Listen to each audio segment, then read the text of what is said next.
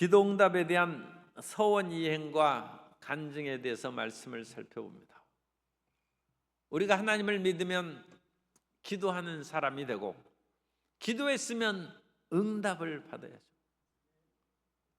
그런데 우리가 기도를 할 때는 마음의 간절함과 다급함이 있기 때문에 서원을 하기가 쉽습니다. 그런데 그 서원은 반드시 우리가 지켜야 됩니다. 서원을 안 했으면 몰라도 서원을 하는 그 입술을 열었으면 반드시 그것을 지켜야 다음에 우리가 입술로 부르짖는 기도를 하나님이 들어주십니다. 그래야지 우리가 입으로 바라는 것을 우리가 지키지 않으면 하나님께서도 우리를 어찌 신뢰하고 기도 응답을 주시겠습니까? 우리는 이 성경을 말씀을 통하여 이전의 그런 믿음의 사람들이 어떠한 신앙적인 경험과 체험을 하고 위대한 승리를 했는지 그것을 보고 듣고 배우고 우리 삶 가운데 적용하는 것입니다. 그러면 우리도 시행착오를 죽이고 훨씬 더 능동적이고 아름답게 우리 신앙생활을 하게 될 줄로 믿습니다. 이스라엘의 신앙의 기초는 출애굽입니다. 그래서 이스라엘 백성들은 애굽에서 노예로 살고 있었어요. 참 비참하고 험악한 세월을 보내고 있었는데 하나님께서 그들을 강한 손과 편팔로 이끌어내셔서 그를 구원하신 것입니다. 그래서 그 은혜와 감동을 이스라엘 백성들이 잊을 수가 없어요. 그런데 그 출애굽의 위대한 역사를 체험한 사람들이 다 세상을 떠났어요. 그러면 후손들은 하나님께서 얼마나 이스라엘을 사랑하셨고 위대한 역사를 행하셨는지 알 수가 없죠. 그러면 하나님이 다시 이스라엘 백성들을 애굽에서 노예로 살게 하고 또 출애굽을 시키고 또 홍해를 가르고 광야에서 그들을 인도하여 내시는 그 일을 반복해야 하시겠습니까? 그럴 수는 없죠. 그러니까 우리가 하나님이 한번 하신 것을 끊임없이 그것을 반추하고 되새기고 후손에게 전달하는 일이 필요한 것입니다. 그러면 이스라엘 백성들이 출애굽을 계속 기억할 수 있도록 그 사람들에게 무엇을 명령하셨습니까?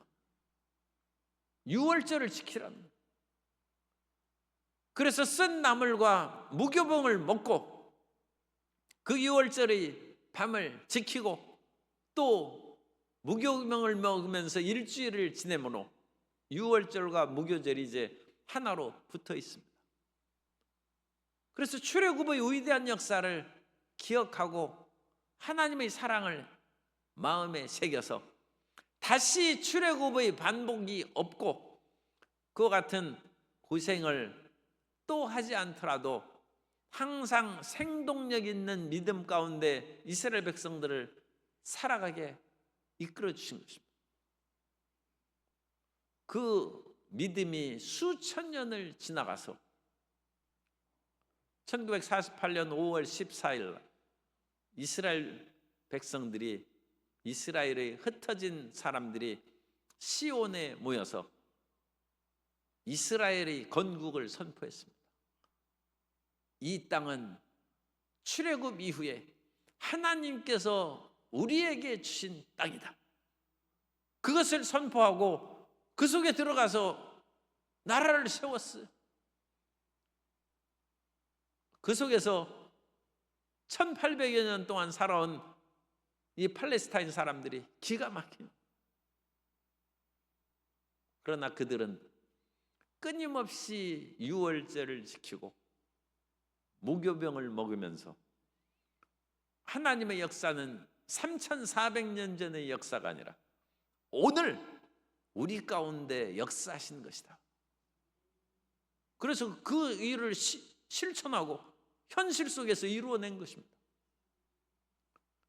오늘 우리가 고난주간을 지키는데 금요일 날 예수님께서 십자가에 못 박혀서 돌아가셨습니다. 그러면 이 고난주간을 우리가 지키는 이유가 무엇입니까? 우리 모든 인생은 죄악으로 말미암아 죽을 수밖에 없는데 하나님의 아들 예수님께서 우리 죄를 대신 짊어지시고 십자가를 지셨다는 것입니다. 그러면 이와 같이 2000년 전에 예수님께서 행하신 그 모든 일들을 우리 마음 가운데 새기고 그것을 감동적으로 이 고난주간을 보내고 그 모든 것들을 잘 되새긴 후에 주일날 부활의 영광을 우리가 함께 누리는 것입니다. 그러면 이 고난주간을 보낼 때 부활의 기쁨과 영광을 누리기 위해서는 고난주간에 해야 될 일이 있죠. 그래서 고난주간을 잘 지키고 하나님의 풍성한 은혜, 부활의 사건을 우리 심령 가운데 체험하기 위해서 옛날에는 사순절 40일 기간부터 준비하며 그것을 지켜왔어요. 그래서 제일 먼저 고기를 안 먹는 거예요. 사람이 40일 동안 밥을 굶을 수는 없으니까. 고기를 안 먹는 대신에 부활절날 그래서 계란을 먹는 것입니다. 어떤 사람은 금식을 하고 평상시에 기도를 1시간 하면 이와 같이 고난주간에는 2시간을 기도하고 더 하나님 앞에 가까이 매달리는 것입니다. 우리가 세상의 여러 가지 고난은 우리 외부의 힘에서 다가오죠. 그러니까 그런 고난을 우리가 당할 때는 외부의 세력이기 때문에 우리가 물리치기가 쉽지 않습니다. 그런데 고난주간에 우리가 스스로 자기 자신을 쳐서 스스로 금식하고 스스로 오락을 즐기지 아니하고 고기를 먹지 아니하고 여러 가지 그런 일들을 절제하고 학생들은 이제 게임을 하지 아니하고 드라마를 보지 아니하고 모든 것을 절제하는 거예요. 그리고 나서 부활의 기쁨을 누리는 것입니다. 그런 것들을 하나도 체험하지 않고 자기가 준비하지 않은 후에 부활절을 맞은 것이 무슨 특별한 의미가 있겠습니까? 그러므로 하나님께서는 이스라엘 백성들이 반드시 유월절을 지키면서 대대로 지키라는, 그럼으로써 하나님께서 다시금 출애굽의 사건을 반복하게 할 필요 없이 그 위대한 하나님의 사랑과 영광을 대대로 가슴에 품고 살아가게 하신 것처럼 우리는 예수 그리스도의 십자가의 고난을 그것을 마음에 새기고 계속 그것을 사전에 준비함으로 부활의 영광을 누리고 이 세상의 어떤 것에서도 우리가 굴하지 않는 희망을 우리가 마음에 새기고 살아야 될 줄로 믿습니다. 그래서 시편 66편에서는 이런 어려움 가운데 있을 때 살아계신 하나님을 마음에 믿고 그 살아계신 하나님이 불과 물을 지나게 할지라도 심지어 원수가 우리의 머리를 밟고 지나가게 우리가 굴욕을 당하고 낭패를 당하게 했을지라도 하나님께서는 우리를 풍부한 곳에 두셨다. 그것이 12절의 말씀입니다. 그러므로 찬양이 저절로 나오는 거예요. 그런데 이제 불을 통과하고 물을 통과하는 것은 극단적인 시험의 상태입니다. 물과 불이 상극인 것처럼 그야말로 하늘과 땅 같은 대조적인 표현이 불과 물입니다. 온갖 고생을 겪었다는 그런 식으로도 얘기하면 돼요. 내가 물불을 다 겪었다는 것은 모든 고생 다 했다는 것입니다. 그러나 그런 속에서도 나는 믿음을 잃지 않고 하나님께서 나를 반드시 건지시고 나를 버리시지 않을 것을 내가 확신했다. 그것이 신앙의 간증이죠. 그런데 물과 불을 통과할 때 이 시인은 하나님, 이 시간이 너무 길게 느껴지오니 주님께서 긍휼을 베풀어 주시고 나의 삶에 부족함과 어려움이 많아서 그야말로 배고픔과 목마름에 시달리오니 주님께서 이 모든 것을 채워주시고 풍부하게 하시면 내가 하나님 앞에 살찐 황소를 드리겠습니다. 그렇게 서원을 했어요. 오늘 우리가 읽은 말씀에 그거 있지 않습니까? 읽은 말씀에 15절에 내가 순양의 향기와 함께 살진 것으로 주께 번제를 드리며 수수와 염소를 드리리다. 이 서원을 지금 서원을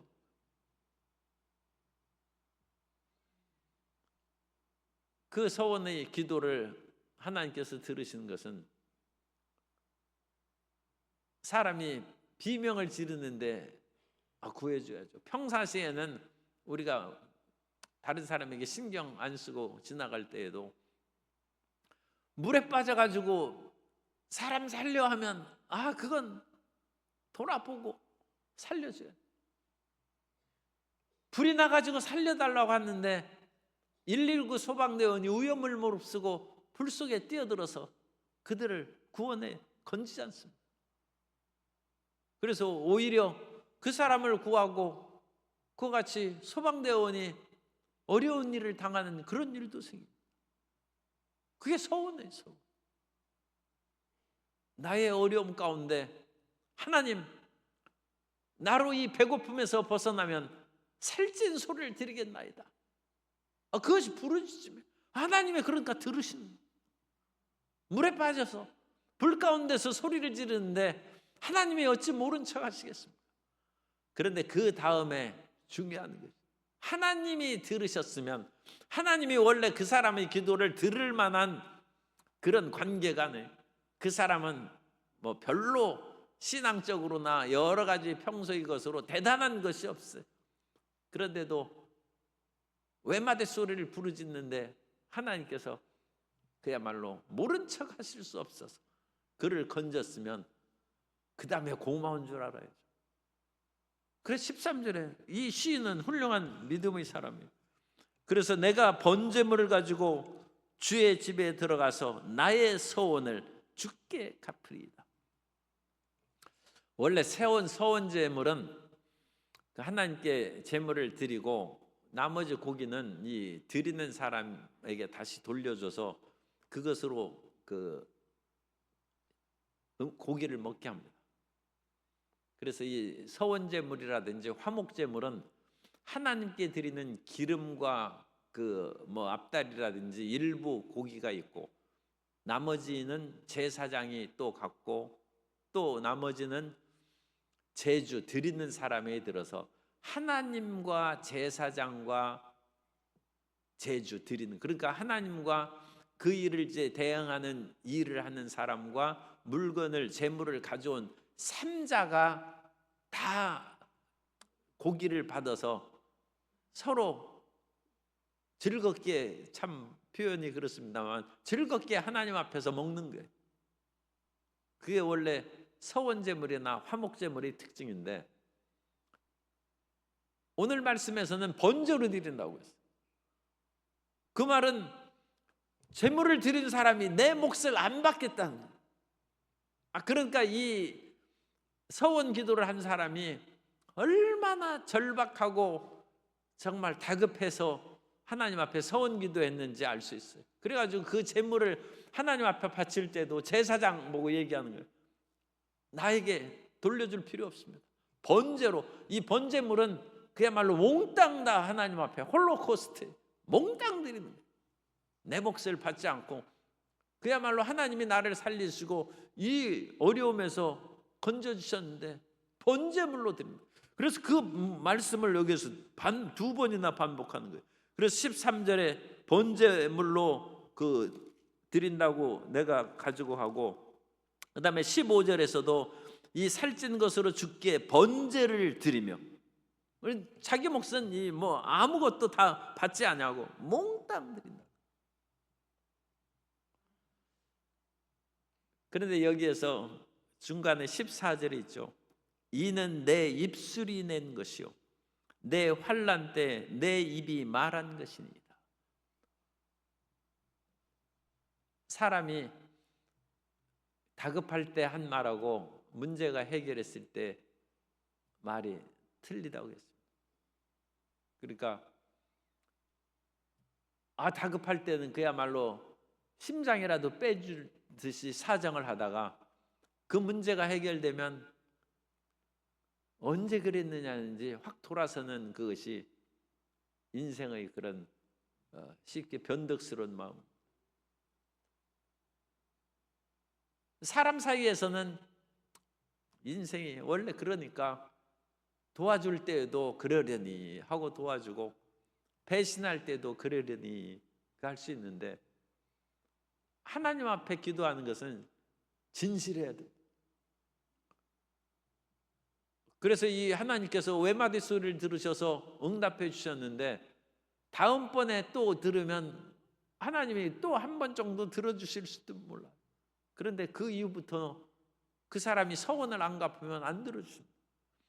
그것은 소년이, 양식의 소년이 늑대가 나타났다고 하는 거하고 마찬가지. 늑대가 나타났는데 온 마을 사람들이 와서 도와줘야죠. 그래가지고 사빈이 쇠스랑이니 괭이를 들고 나타나는데 소년이 거짓말을 했어요. 내가 너무 지루하고 답답해서 늑대가 나타났다. 그 다음엔 진짜 늑대가 나타났는데 아무도 안 오는 거예요. 사람들 사이에서도 그런데 우리 기도에 응답되지 않는 원인 중에 하나는 하나님 앞에 서원한 것을 이행하지 않기 때문에 기도에 힘이 없어요. 그래가지고 기도가 상달이 안 되는 거예요. 그래서 14절에 이는 내 입술이 낸 것이요 내가 입으로 하나님 앞에 그런 서원 기도를 했고 나의 환난 때, 그래서 엄청나게 고생스러운 그때 내 입이 말하는 것이니이다. 그래서 이 시편 66편의 기도자는 자기에게 해로울지라도 서원한 것은 지키라는 말씀처럼 그것을 지켰어요. 그리고 나서 하나님께서 자기를 살리신 일을 간증을 합니다. 그래서 16절부터 18절까지 기도응답의 비결을 여기에서 얘기해 준 거예요. 기도응답의 그 비결은 하나님을 두려워하는 너희야 하면서 여기에서 얘기하죠. 하나님을 두려워하는 너희들은 직접적으로 여기는 유대인들을 말하는 것이고 하나님의 백성들을 얘기하는, 하나님의 백성들은 들으라, 다 와서 들으라, 나의 간증을 들으라는 것이, 하나님이 나의 영혼을 위하여 행하신 일을 내가 선포하리로다. 하나님이 나를 위해서 행하신 일을 말한다, 진술한다, 선포한다, 간증한다는 얘기예요.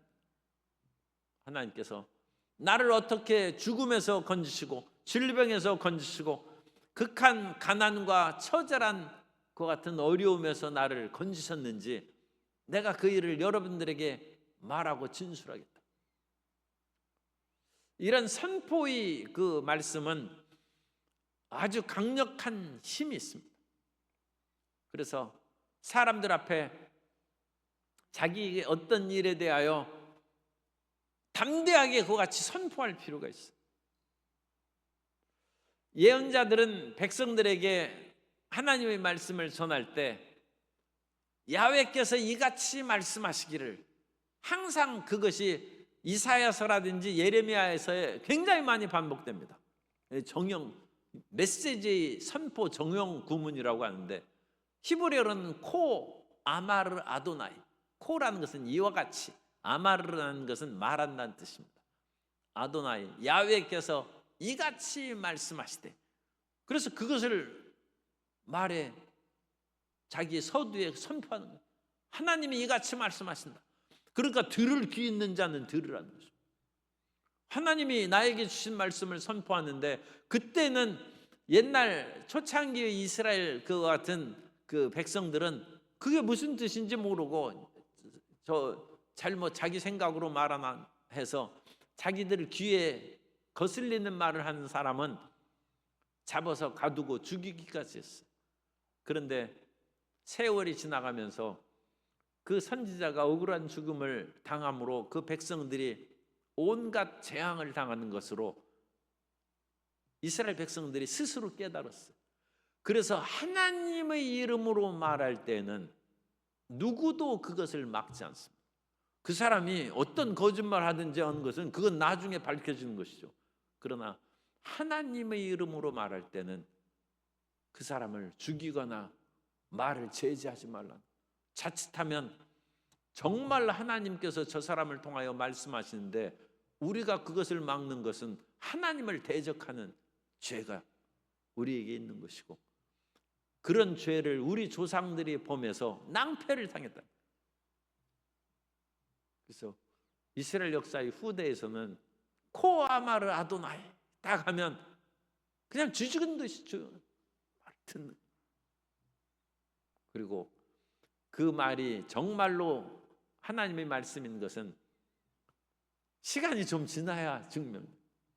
그건 역사적인 그 증명이 필요해요. 이와 같이 선포하는 거예요. 우리도 하나님께서 역사하시는 것을 선포할 필요가 있습니다. 예수 그리스도의 십자가의 죽으심으로 말미암아 우리는 그것을 선포하는 거예요. 내 마음이 끊임없이 죄악과 정죄의식에 의해서 시달리고 죄책감이 누구나 있어. 그러나 그때 우리는 선포하는 것입니다. 예수님께서 십자가에서 피를 흘리심으로 나는 죄사함을 받았다. 나는 죄사함을 받았다. 나는 죄사함을 받은 것을 선포하노라. 그걸 선포하는 거예요. 예수님께서 채찍에 맞음으로 나는 나음을 받았다. 나는 암에서 치료함을 받았음을 선포한다. 선포하는 것입니다. 나는 자유함을 얻었다. 나는 치료함을 받았다. 나는 완전히 나은 것을 선포한다. 선포하는 거예요. 나의 모든 삶의 저주가 떠나갔으므로 이제 나는 형통한 사람이 되었다. 나는 영원히 형통할 것이다. 선포하는 거예요. 선포. 그래서 이 말씀을 선포하는 것이 시작입니다. 이게 끝이 아니에요. 시작입니다. 예수님께서는 하나님의 아들임으로 말씀을 선포한 것은 100% 이루어지는데 우리는 그 다음 여러 가지 조건이 충족돼야 돼요. 그러나 어쨌든 예수님께서는 베드로에게 말씀하셨어요. 너는 시몬인데, 요한의 아들 시몬인데,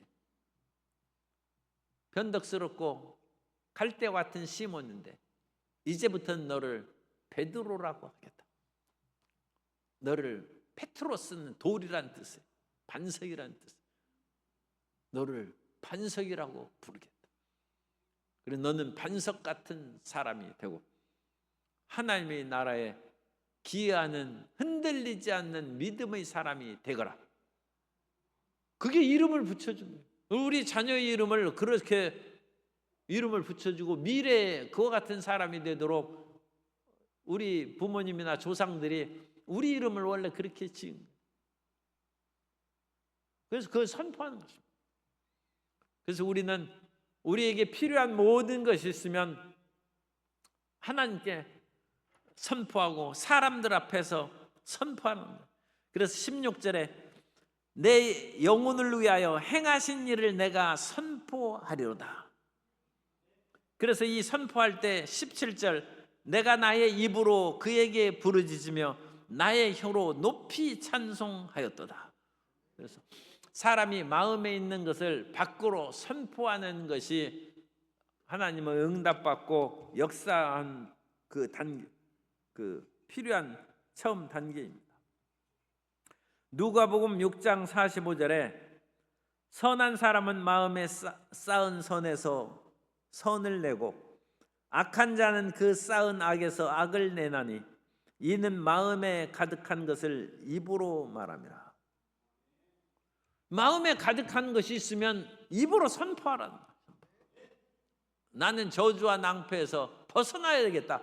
그러면 예수 이름으로 나는 저주에서 벗어났다 선포하라는 거예요.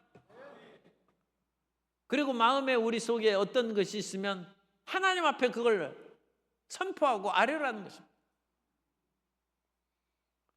솔로몬이 1000번제를 드리니까 하나님께서 꿈에 솔로몬에게 나타나셨어요. 그러면서 내가 이와 같이 1000번제를 드리면서 나에게 찾고 기도하니 무엇을 원하는지 내게 말하라. 성도 여러분이 꿈에 그런 꿈을 꿨으면 성도 여러분 무슨 말로 그 하나님 앞에 대답할 것이 준비되어 있습니까?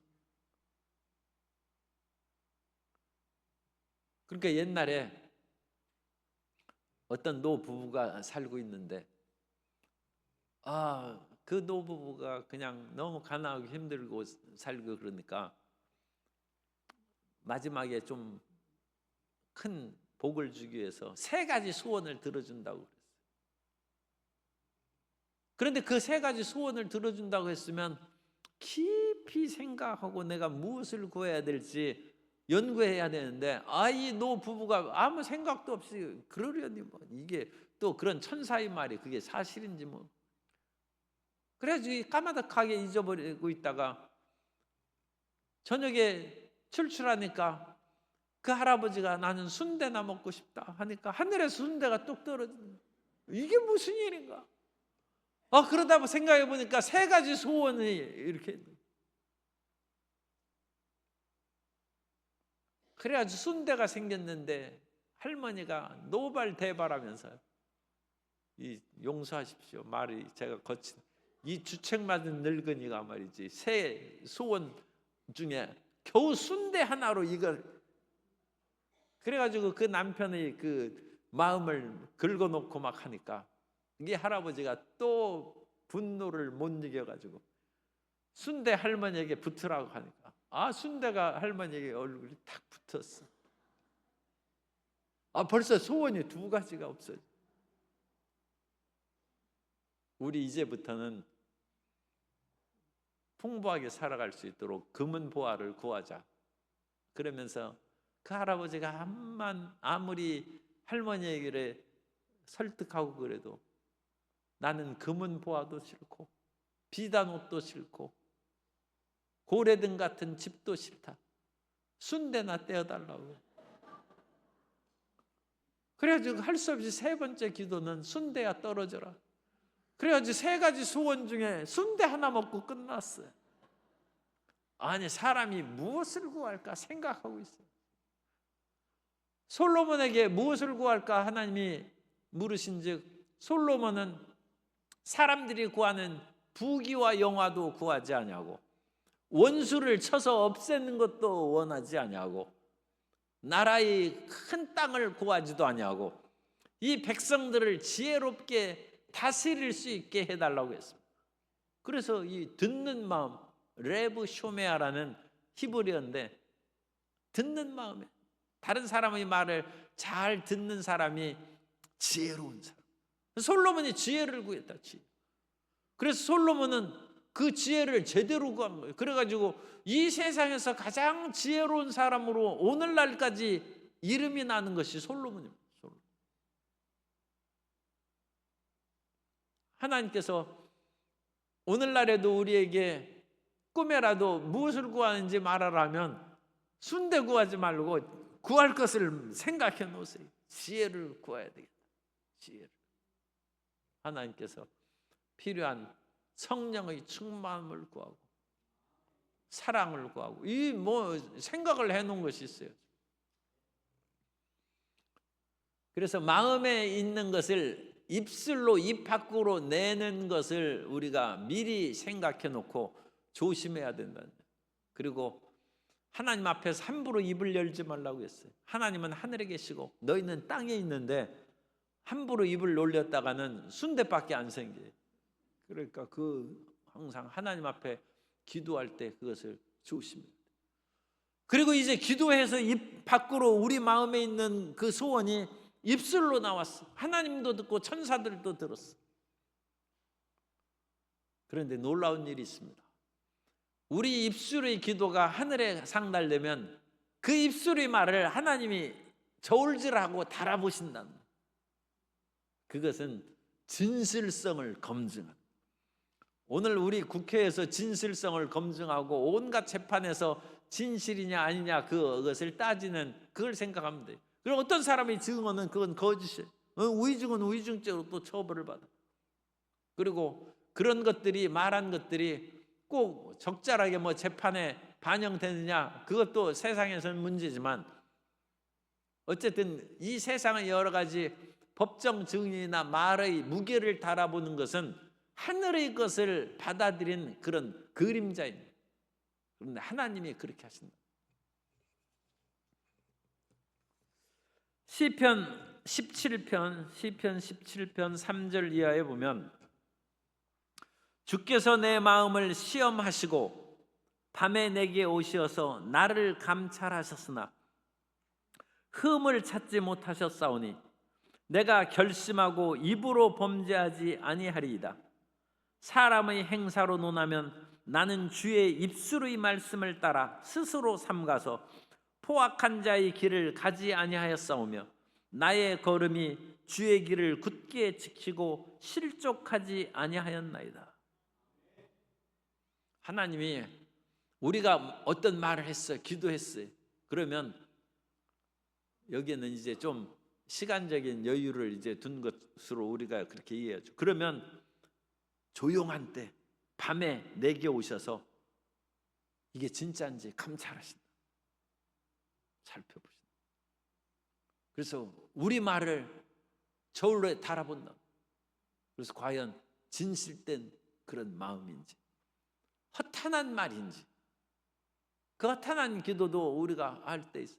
그런 것은 몇 번 하다가 잊어버리는 기도예요. 그건 허탄한. 그래서 살펴본다. 하나님께서 저울에 달아보시는 그 이야기가 다니엘서에 나옵니다.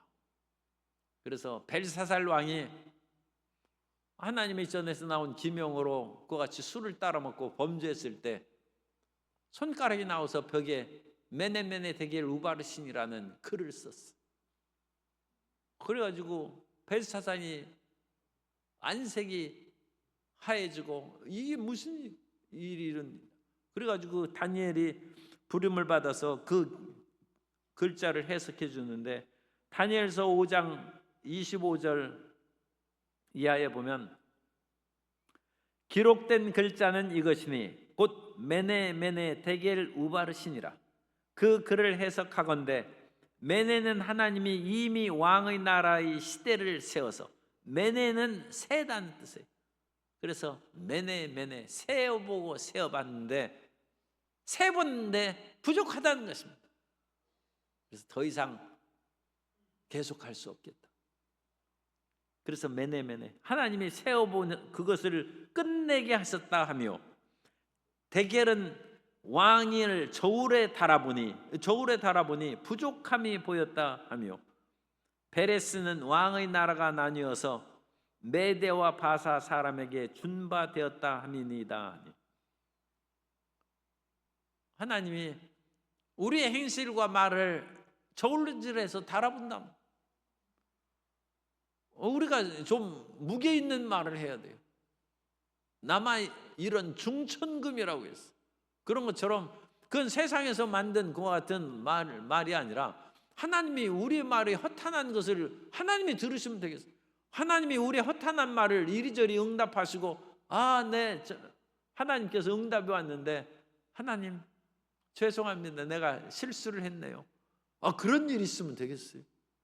하나님이 우리에게 주신 축복은 절대 어긋남이 없고 하나님은 실수가 없어요. 그러면 하나님께서도 우리의 마음을 감찰하고 우리를 달아보신다. 사무엘상 2장 3절에 보면, 사무엘상 2장 3절을 우리가 잘 이해할 수 있도록 세 번역으로 읽어드립니다. 사무엘상 2장 3절. 너희는 교만한 말을 늘어놓지 말아라. 오만한 말을 입 밖에 내지 말아라. 참으로 주님은 모든 것을 아시는 하나님이시며 사람이 하는 일을 저울에 달아보시는 분이시다. 그래서 우리가 이제 좀 미안한 표현이지만 기도 응답받지 못하는 그 이유를 오늘 말씀에 의거해서 확실하게 말씀드리면, 우리의 기도가 저울에 달아보니 실격이란, 하나님이 저울에 달아보니 아직 진실성도 없고 무게가 나가지 않아.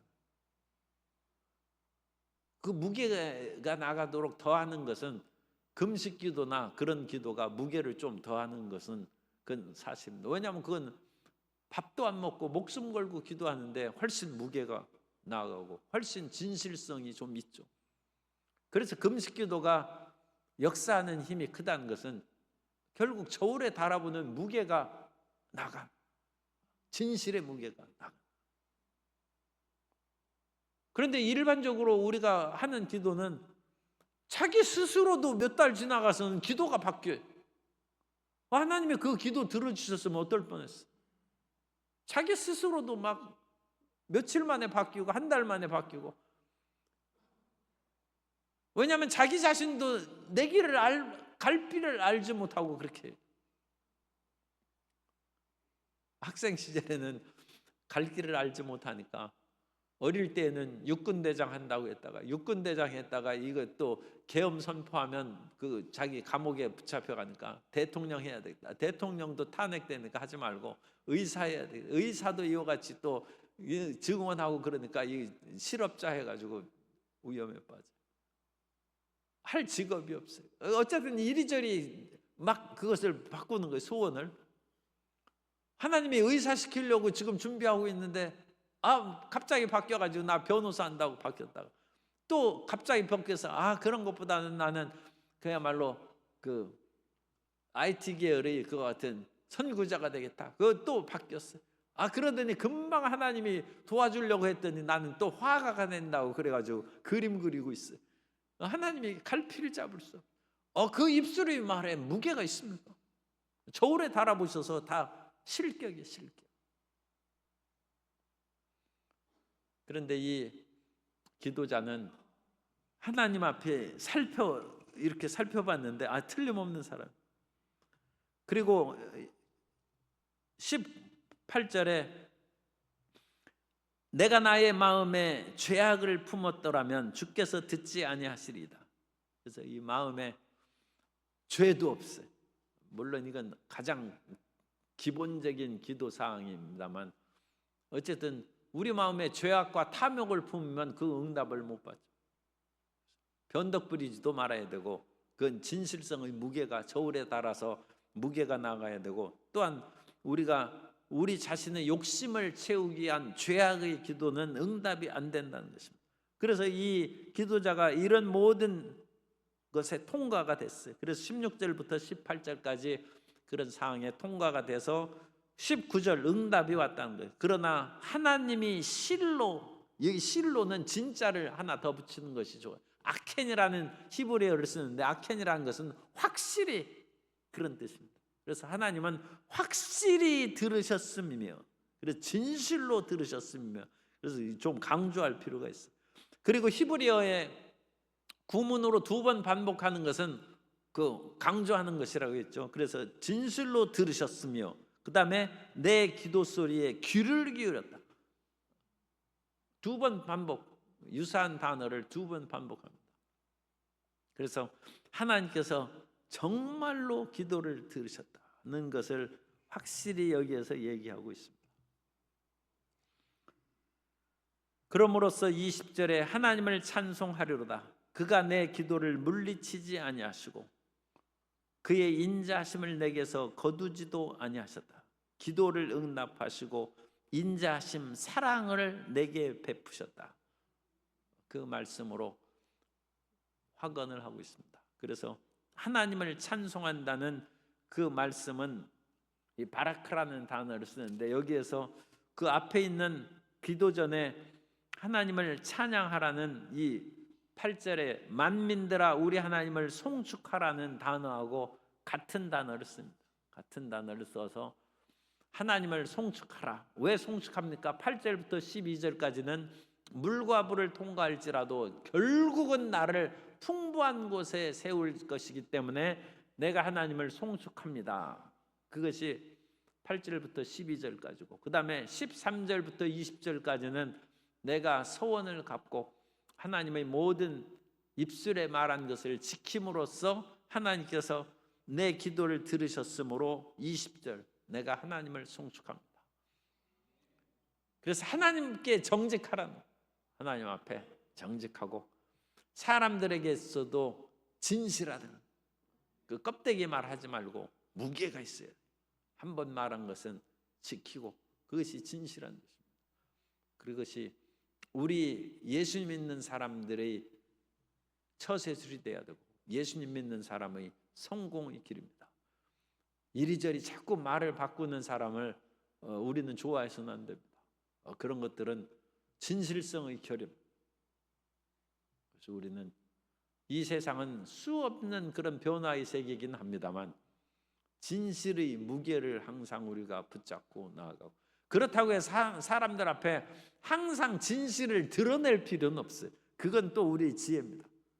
사람들은 그걸 가지고 속여 먹을 수 있으니까 자기의 그 속마음을 꼭 드러낼 필요는 없어요. 그러나 우리의 마음은 항상 흔들리지 않는 마음을 가지고 하나님께 말한 것을 지키고 사람들에게 말한 것을 지켜서 그 삶이 저울에 달아서 과연 무게가 나오고 통과가 되면 하나님이 끊임없이 저울에 달아보시고 살펴보신다니까요. 그러면 우리의 기도는 항상 응답될 줄로 믿습니다. 응답받는 기도의 용사가 다 되시기를 예수님 이름으로 축복합니다.